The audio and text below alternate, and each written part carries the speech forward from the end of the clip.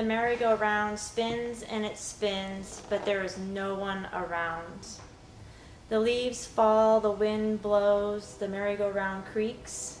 It invites me for a ride.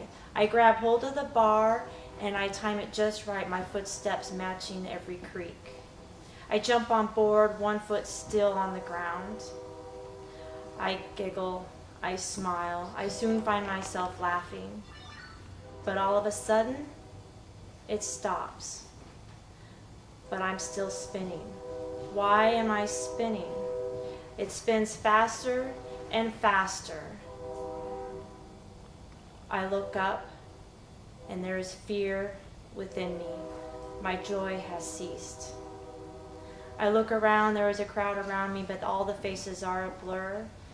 Only the few eyes, the soulless eyes that stare upon me.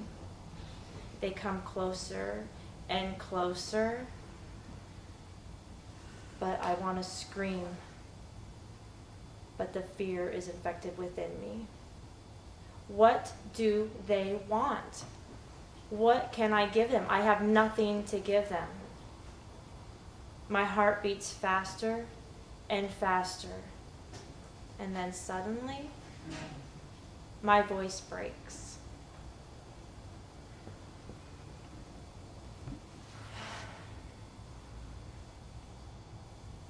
And all has stopped once again.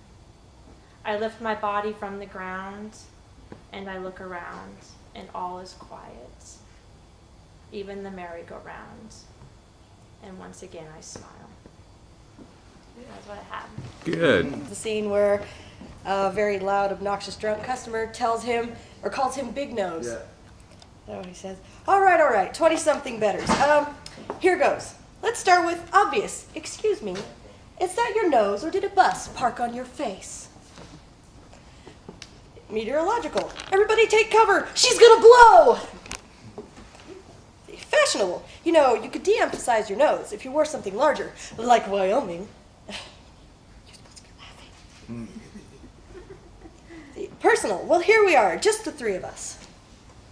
Punctual. All right, Delman, your nose was on time, but you were 15 minutes late. Envious. Ooh, wish I was you.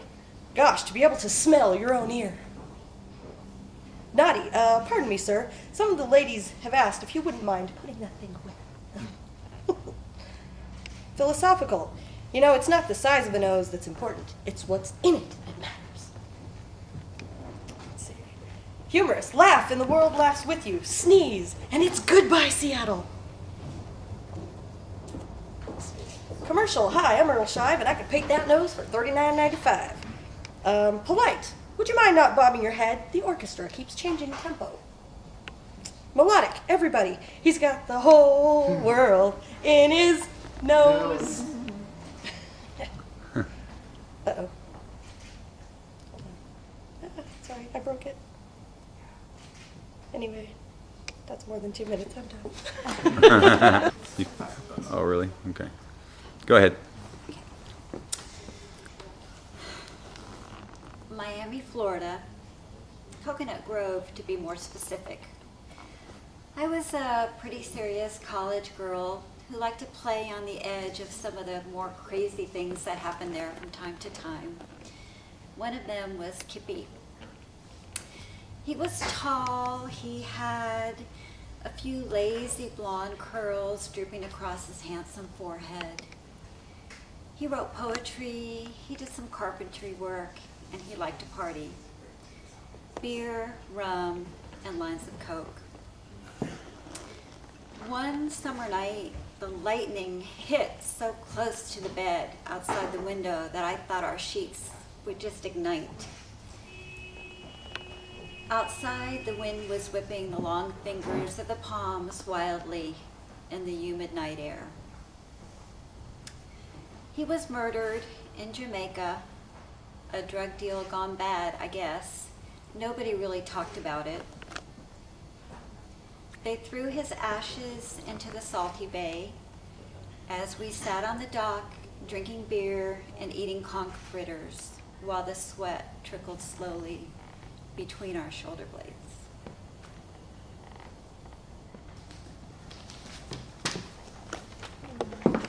Okay, you're ready. I remember when I was young, getting on the subway, and I remember this girl sitting across from me. She had to be the most beautiful thing I'd ever seen. She had a dress that went up to here. And shy as I was at the time, you know, I'd look over at her and she'd kind of smile and look back at me, and I'd look away real quick.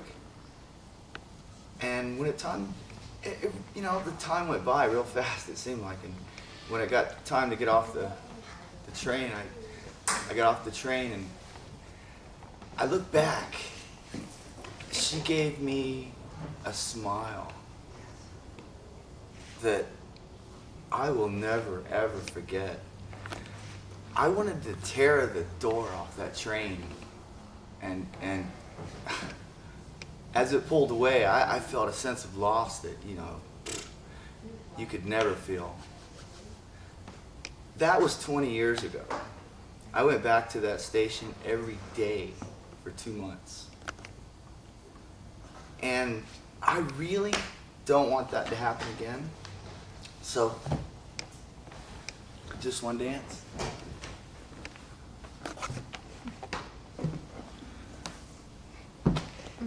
Cool. You're ready. So, last Wednesday, I got the house that my wife wanted, and everything was cool. I texted her, let her know that, you know, hun, we got the house that you wanted, and I went home in about 30 minutes, and for about 2 hours, she just kind of, about hour and a half, she just kind of walked around and talked to me, didn't talk to the kids. I knew something was up. And that night she tells me, the power lines, the power lines, the power lines, the power lines. And I'm like, what do you mean the power lines? I'm the one who, I mean, I signed the fucking house. You have the house that you wanted. What do you want from me, you know? And she's like, well, the power lines, I'm reading that stuff can give you cancer. Like, give who cancer? What are you talking about here? We got the house. You have the house. All these months we've been, you know, saving. All these years we've been saving. All these months we've been looking after a house, and now you have it. But I mean, you know, honestly, I understand where she was coming from. I know that, you know, she wants the best for the family. But so I'm there, you know, whatchamacallit, texting the agent, letting her know, hey, what's going on here? You know, are there readings? Are there something that we can get from you know, the BPA, whatever? And like everything I do, eventually I come around and I see her point of view. But it just pains me. It makes me so angry that you sometimes you just can't communicate so well with your loved ones that it's like a mystery. So, you know, I'm working on it. I'm hoping to get better at it. So, you know, that's that. Whenever you're ready. I don't think that anyone can see me. Most days, I think I'm invisible. It's like I'm standing behind this two-way mirror, and I can see all the men, and I can hear them, but they can't see me and they can't hear me. And then I think, well, maybe I'm just ugly or something, you know. Or maybe I'm this weird alien species from like another planet, and I don't speak the language, and I'm just totally weird, you know. But I don't know that, because on this other planet, far away,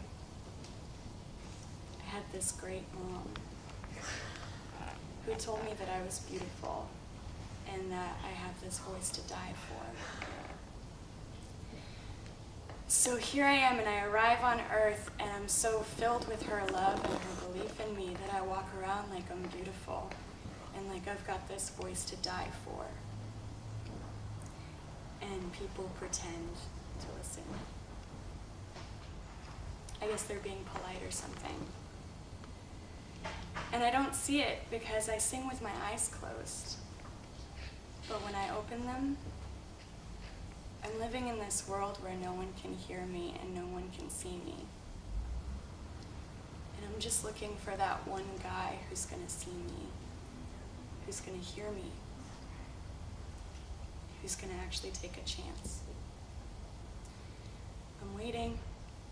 I can hear him.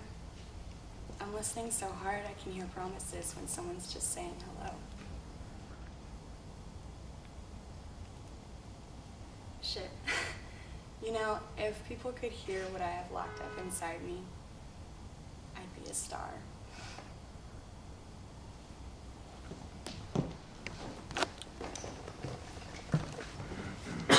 Okay, you're rolling.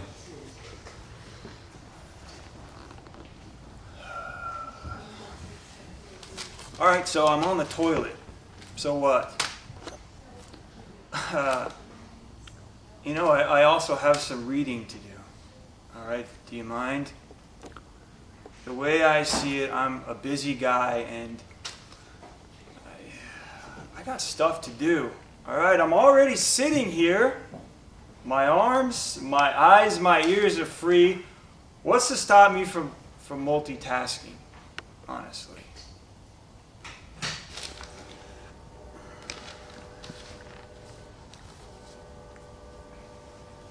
Just because nature calls doesn't mean that I gotta surrender and be sentenced to 10 or 15 seconds of quiet solitude. Just because I entered the bathroom doesn't mean that the world stops. Hold on a second, my mom's calling. Hey Mom, how's it going? Good.